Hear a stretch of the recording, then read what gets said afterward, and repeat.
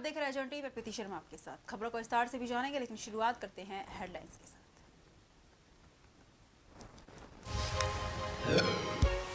Investors summit को लेकर बोले सीएम धामी, 22,000 करोड़ के मिल चुके हैं प्रस्ताव। निवेशकों के लिए सबसे आकर्षक स्थान उत्तराखंड।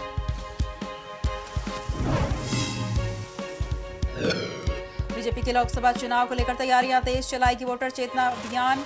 हर विधानसभा क्षेत्र से 10,000 नए वोटर बनाने का लक्ष्य।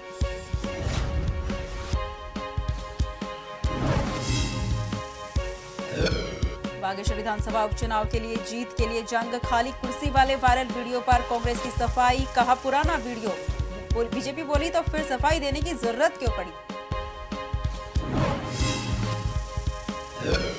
नैनीताल को 25 लाख रुपए के मिनी स्टेडियम की सौगात, मंत्री रेखा आर्य ने किया लोकार्पण। कहा स्टेडियम से खिलाड़ियों को मिलेगा फायदा।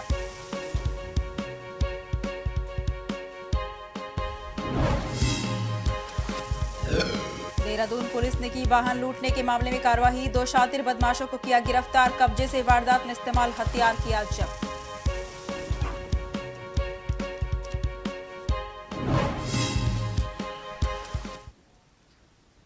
रुक करते हैं खबरों की ओर। उत्तराखंड में दिसंबर में प्रस्तावित ग्लोबल इन्वेस्टर्स समिट पर मुख्यमंत्री पुष्कर सिंह धामी ने कहा है कि उत्तराखंड निवेशकों के लिए सबसे आकर्षक स्थान है। अब तक कई औद्योगिक समूहों के 22,000 करोड़ के प्रस्ताव मिल चुके हैं। दिल्ली में मीडिया से बातचीत में सीएम धामी ने कहा कि उत्तराखंड में दिसंबर माह में ग्लोबल समिट प्रस्तावित है। इसी को लेकर उद्योग समूह के लोगों के साथ दिल्ली में मंथन किया जाएगा। इसके साथ ही औद्योगिक संगठनों से भी चर्चा की जाएगी।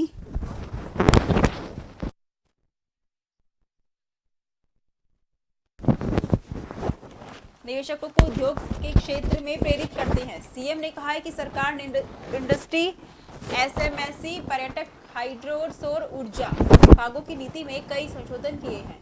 निवेशकों के लिए निवेश को जो भी सबसे सरल सस्ता हो सकता है वो अपनाया गया है।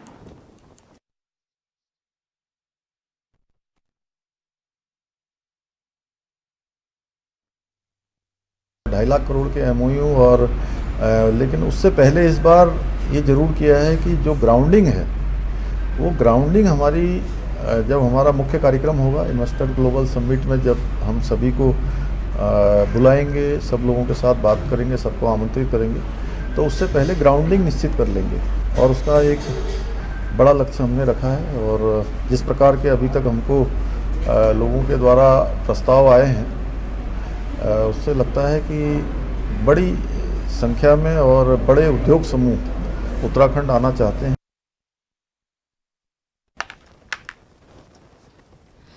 भारतीय जनता पार्टी ने 2024 लोकसभा चुनाव की तैयारियां तेज कर दी हैं।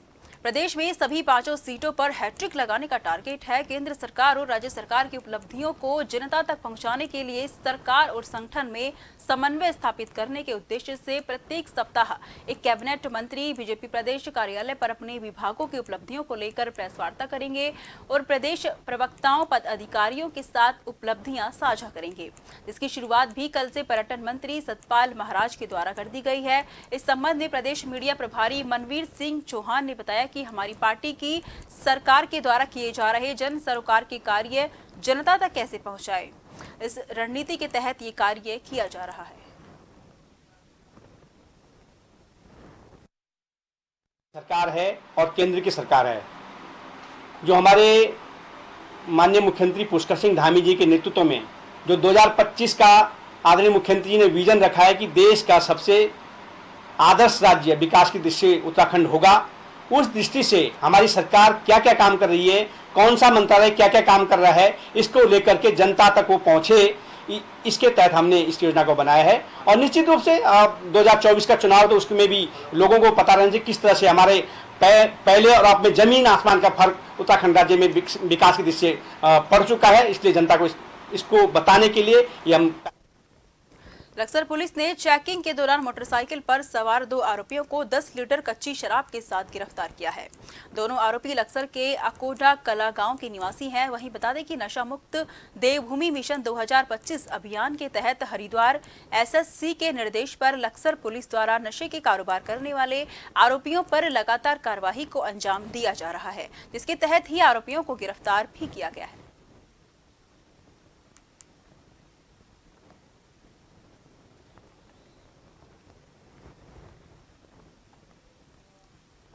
राजीव गांधी की 79वीं जयंती के उपलक्ष्य में महानगर युवा कांग्रेस द्वारा देहरादून कांग्रेस भवन में रक्तदान शिविर का आयोजन किया गया, जिसमें कि तमाम कांग्रेसी और अन्य लोगों ने रक्तदान किया। कार्यक्रम के दौरान महानगर अध्यक्ष जसविंदर सिंह जोगी ने कहा कि राजीव गांधी की जयंती के उपलक्ष्य में रक्तदान शिविर का आयोजन किया गया है। इसके साथ ही दून हॉस्पिटल में फल वितरण का कार्य भी रखा गया है।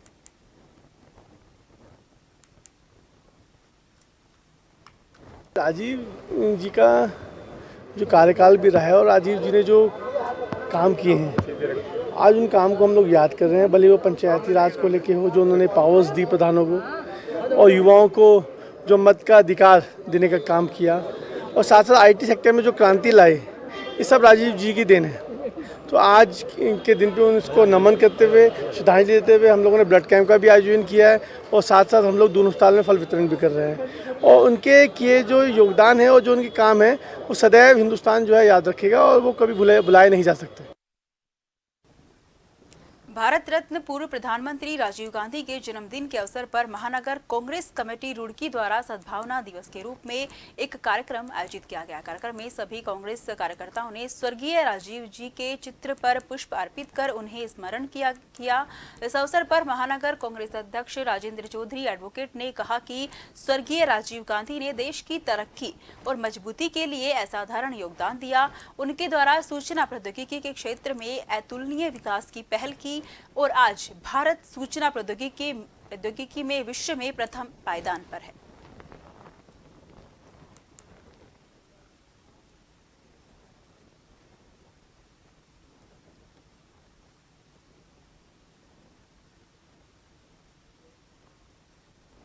रुड़की में एक महिला पीड़ित परिवार के साथ ज्वाइंट मजिस्ट्रेट के कार्यालय के बाहर धरने पर बैठ गई। दरअसल महिला का पति मानसिक रूप से पीड़ित है और महिला 2013 से जगह जगह प्रशासनिक अधिकारियों से गुहार लगाकर थक चुकी है।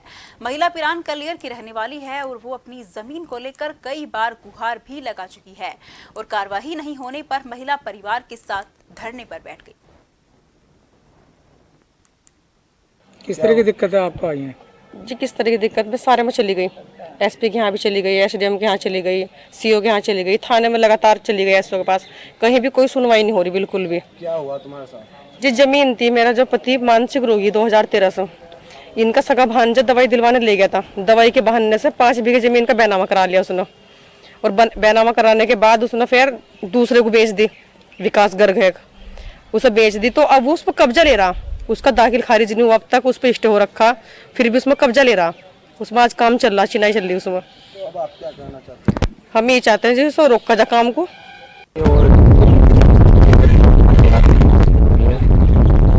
जो पट्टी वाला बच्चा हमारा वो दवाई करवाने ले गया और 5 बीघे जमीन नाम करवा ली मैंने। तो ये तुम्हारे जो ये हैं चाचा, ये किस तरह से बीमार है, कब से बीमार है? 2013 से ये मानसिक बीमार है, इलाज भी चल रहा है इनका। तो इनके साइन करवाए हैं? जी साइन क्या, अंगूठे लगवाए जी, जो साइन कर रहा है अपने आप वो अंगूठे लगा दी उन्होंने। तो उससे पहले साइन करते थे? जी उससे पहले साइन करते थे। चंपावत पुलिस के हाथ अंतर्राष्ट्रीय भारत नेपाल सीमा पर नेपाल जाने वाले रास्ते में एक बड़ी सफलता हाथ लगी है, जिसमें एसओजी और पुलिस टीम ने चेकिंग के दौरान इस साल की नशे के खिलाफ प्रदेश की सबसे बड़ी कार्रवाई की है। भारी मात्रा में स्मैक बरामद की है। एसपी चंपावत देवेंद्र पिंचा ने बताया कि पुलिस टीम ने 205 ग्राम स्मैक जब्त की है। शाहजहांपुर निवासी जागेश्वर दयाल को अरेस्ट किया है। पूछताछ में बताया है कि पहले उसका भाई मानसिंह शाहबाद हरदोई में स्मैक का कारोबार करता था। एसपी पिंचा ने बताया कि इस स्मैक की कीमत अंतर्राष्ट्रीय बाजार में 1 करोड़ रुपए से ज्यादा है।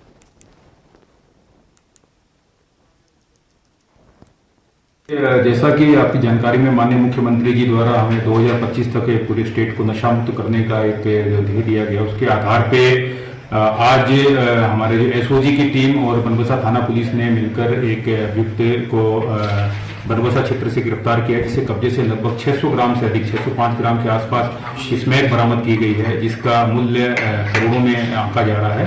क्योंकि ये एक बहुत अच्छी खेप है और बहुत अच्छा इन्होंने एक ये काम किया है, तो उसमें माननीय हमारे आईजी महोदय के द्वारा भी इसमें रिवार्ड की घोषणा की गई है।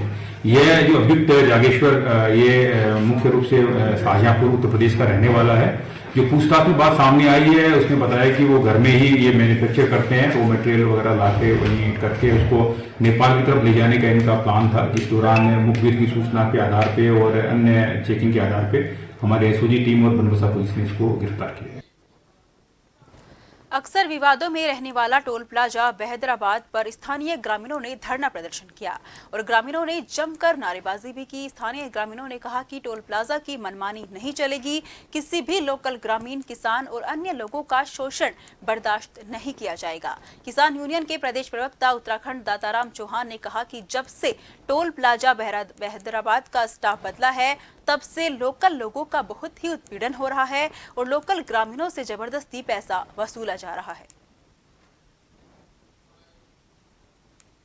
लोकल पास को लेके और स्थानीय छूट को लेके, जिस पर आज जो है इन लोगों ने यहाँ पे टोल प्लाजा पे धरना प्रदर्शन दिया है, तो हमने इनको आश्वासन दिया है कि हम अपने उच्च अधिकारियों से बात करेंगे और जो भी इसमें होगा उसके बाद में जो है 24 तारीख को एक मीटिंग फिक्स हुई उसके बाद। तो यहाँ पर ठेकेदार था पुराना, उन लोगों के यहाँ, हमारा सब लोगों का यहाँ डाटा था और आधार कार्ड के बेस पे जो लोकल लोग थे वो निकल जाते थे।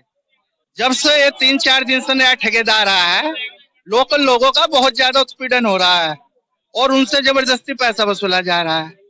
लोकल लोगों की ये जमीनें अब तक मुआवजा भी पूरा नहीं मिला है हम लोगों को। देखिए, बहदराबाद जो टोल प्लाजा है, आज हम सभी कांग्रेस के कार्यकर्ता, स्थानीय लोग, बहदराबाद के, बोंगले के, हमारे जिला पंचायत के पूर्व सदस्य, प्रधान लोग, सभी लोग यहाँ आज आए हैं। चूंकि ये कारण दिया गया कि फिलहाल कोई नई कंपनी ने इस टोल को टेक ओवर कर लिया और उस कंपनी ने यहाँ के जो लोकल लोग हैं उन लोगों से भी टोल वसूलना शुरू किया। हमारा कहना साफ है, ये जमीन हमारी, सड़क हमारी और हमारे स्थानीय लोगों को जिस प्रकार से परेशान करने का काम ये टोल कंपनी कर रही है, ये कतई बर्दाश्त नहीं किया जाएगा। खबरों का सिलसिला जारी रहेगा। फिलहाल लेते छोटा सा ब्रेक।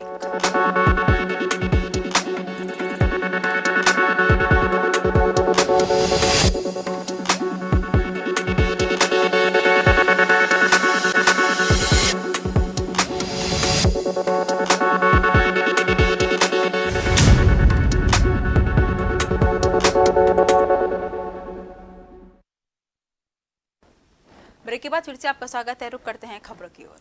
काशीपुर पुलिस ने बाइक चोर गिरोह का पर्दाफाश करते हुए 2 लोगों के कब्जे से 3 चोरी की मोटरसाइकिल बरामद कर आरोपियों को न्यायालय में पेश किया है। वहीं संदिग्ध वाहनों की चेकिंग को लेकर पुलिस विभाग द्वारा की जा रही चेकिंग के दौरान पुलिस ने 2 लोगों को गिरफ्तार किया है, जिनकी निशानदेही पर पुलिस ने 2 और मोटरसाइकिल बरामद की है।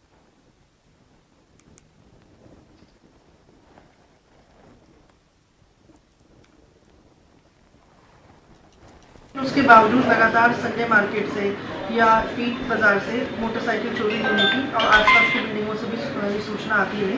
इसी क्रम में एक मुकदमा हमारे यहाँ पंजीकृत किया गया 413/23 और इसमें भी 44 लोगों की मोटरसाइकिल चोरी हुई थी। इसके आधार पर हमने सबसे पहले जिस घटनास्थल से मोटरसाइकिल चोरी हुई थी वहाँ से हमने आसपास सभी लोगों के आसपास हमने CCTV फुटेज को खंगालना शुरू किया और लगभग 100-150 CCTV फुटेज हमने इसमें देखे। इसी में कुछ संदिग्ध लोगों की इसमें शिनाख्त हुई, जिसके आधार पर उन संदिग्धों की तलाश जारी की।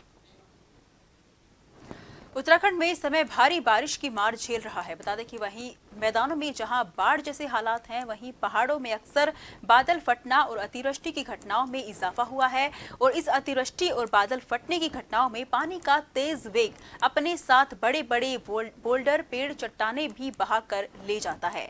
वहीं बरसात के मौसम के बाद इस बड़े बोल्डरों और मलबे को न हटा पाना खतरे का सबब बनता जा रहा है।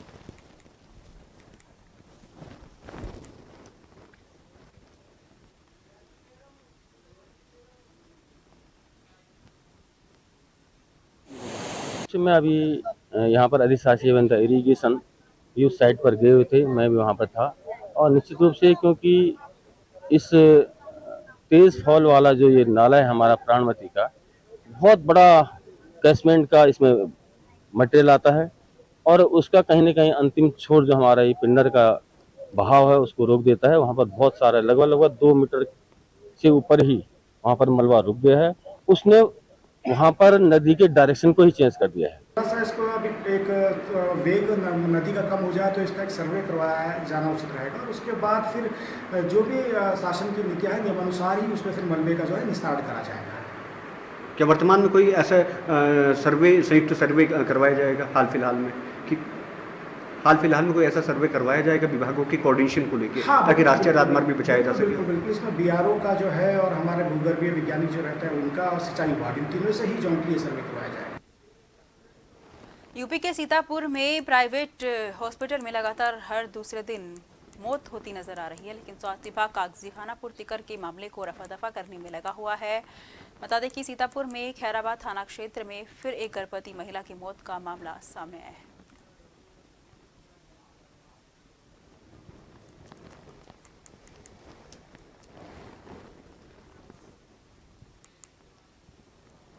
नैनीताल की प्रभारी मंत्री कालाढूंगी विधानसभा क्षेत्र स्थित बैल पड़ाव पहुंची, जहां उन्होंने राजकीय इंटर कॉलेज पहुंचकर मिनी स्टेडियम का विधिवत पूजा अर्चना कर लोकार्पण किया।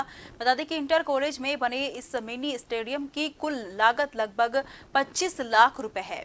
इस दौरान जनपद प्रभारी मंत्री रेखा आर्य ने कहा कि इस मिनी खेल स्टेडियम के बन जाने से आसपास के क्षेत्रों में रहने वाले लोगों को खेलने के लिए दूर जाना नहीं पड़ेगा।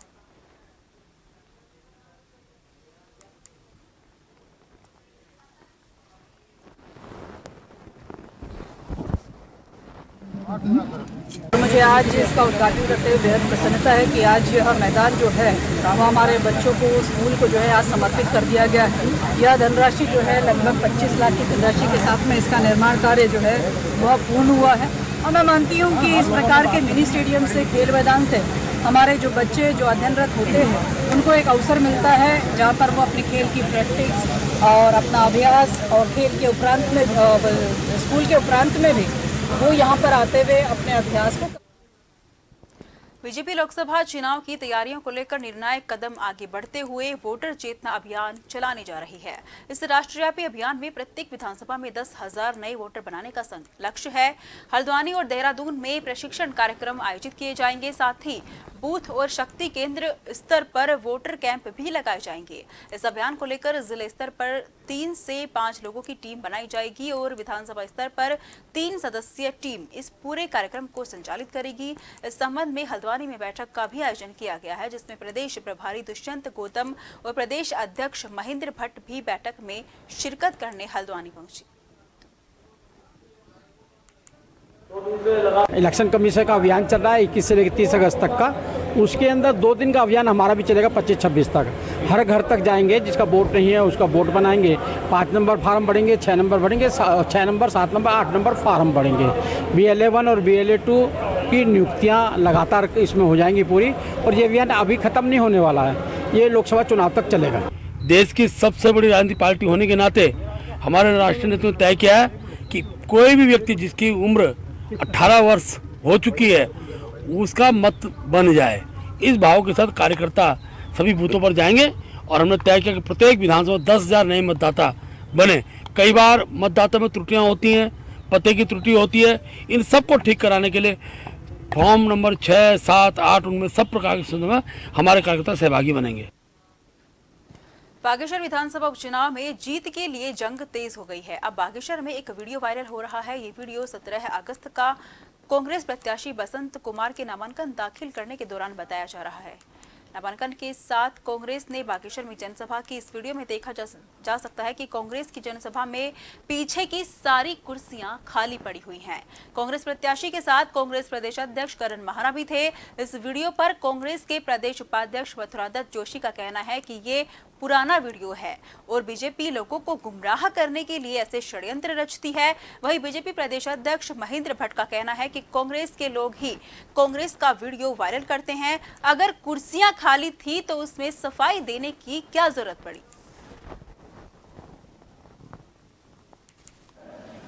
बागेश्वर में भाजपा बौखलाहट में इस तरह की हरकत कर रही है। उनके बाद कहने के लिए कुछ है नहीं। 15 साल का 18 साल का हिसाब नहीं दे पा रहे हैं। पहले तो हिसाब दें कि क्या काम हुआ है बागेश्वर में, क्या नहीं किया है ये बता दें, क्या करने का विचार है ये बता दें। तो कुछ बोलने को है नहीं उनके पास। इस तरह के वीडियो वायरल करके अपनी शांति के लिए इस तरह की बात करते हैं। यही तो यह है कि कांग्रेस के लोग ही कांग्रेस के नेताओं का वीडियो वायरल करते हैं। लेकिन अगर कुर्सियां खाली थी किसी ने दिखा दी तो उसमें सफाई देने का उसका क्या है। पूरा बागेश्वर की जनता जानती है कि कांग्रेस का कोई जनाधार नहीं है। जनता उनके कार्यक्रम आ नहीं रही है, उतनी कुर्सियां लगाई क्यों जितने लोग ना हो। तो आखिरकार चाहे वो किसी माध्यम से सोशल मीडिया में आया है, असत्य तो है नहीं। देहरादून में 7 अगस्त की रात पिस्तौल दिखाकर वाहन लूटने के मामले में पुलिस ने कार्रवाई की है। 2 शातिर लुटेरों को प्रेमनगर पुलिस ने गिरफ्तार किया है। पुलिस ने उनके कब्जे से लूट में प्रयोग की गई देसी पिस्टल भी बरामद की है। इसी के साथ इनका एक साथी आरोपी अभी फरार है, जिसकी तलाश में पुलिस जुटी हुई है। एसएसपी दलीप सिंह कुंवर ने बताया कि आरोपी हरियाणा का रहने वाला है, जो यहाँ पढ़ाई की बात कहकर किराए के कमरे पर रह रहा था। बता दें कि ये दोनों युवक विदेश जाने के लिए पढ़ाई कर चुके हैं, लेकिन अब जेल की हवा खाएंगे।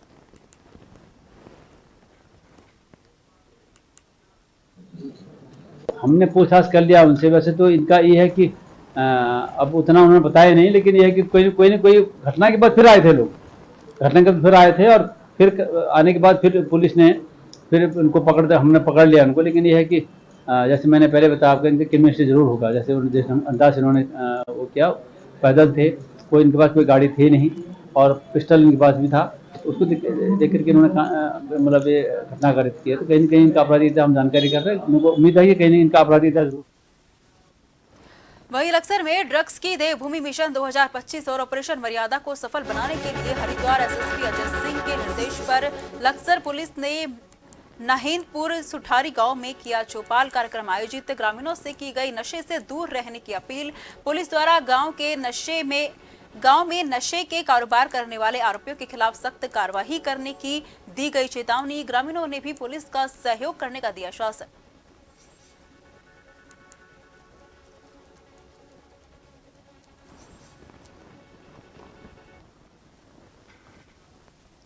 रुड़की के रामपुर में गैराज के सामने खड़ी स्कॉर्पियो कार चोरी हो गई। पनियाल चंदापुर निवासी अब्दुल की स्कॉर्पियो कार खराब हो गई, जिसको रात में एक वर्कशॉप के सामने खड़ा कर दिया गया था, लेकिन सुबह देखा तो गाड़ी वहां पर नहीं दिखी। चोरों ने गाड़ी पर हाथ साफ कर दिया। चोरी की घटना सीसीटीवी में कैद हो गई। पुलिस मामले की जांच में जुट गई। जोशीमठ में पिछले कुछ दिन पहले हुई बारिश ने भारी तबाही मचाई थी, जिसमें आसपास के इलाकों के मकान और खेत खलियान सब बह गए थे। साथ ही वहीं बिरही गांव के बच्चों के प्राथमिक विद्यालय तक जाने वाला एकमात्र मोटर मार्ग भी बारिश की वजह से भूस्खलन की चपेट में आ गया, जिससे कई वाहन वगैरह फंस गए। ऐसे में भूस्खलन की चपेट में आने से लोगों को परेशानी का सामना करना पड़ा।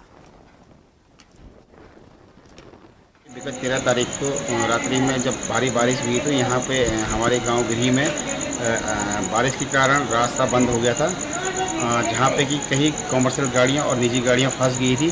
आज हमारे नवयुवक के द्वारा यहाँ पर अपने सोर्सों के द्वारा यहाँ पे रास्ता खुलवाया गया है।